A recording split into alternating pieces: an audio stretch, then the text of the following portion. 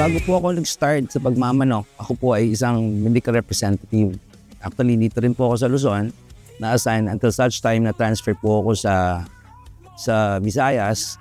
At pag-umpisa doon na ako nag-start pag-serious breeding. In fact, before po ako nag-breeding, actually I'm from Bacolod. So yung family ko, yung father ko, we started sa pagmamanok talaga. So kumbaga parang minana ko lang. So yung father ko is a breeder also in Bacolod. Tapos kinontinue ko na lang. Pero 2008, doon ako nagseryoso pag-breed. Ang tunay na laban ay nag-uumpisa sa pag-breed.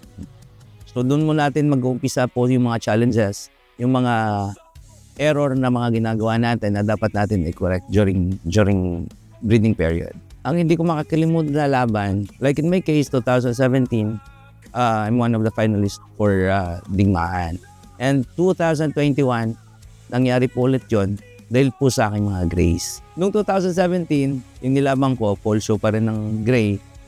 So hanggang 2021, yun ang kapagbigay sa akin ng pangalan, yung mga gray. At yung tinawag ko sila na UNT Gray. Ako naman po si Mike Espinosa ng UNT Game Farm, Lahing Palaban.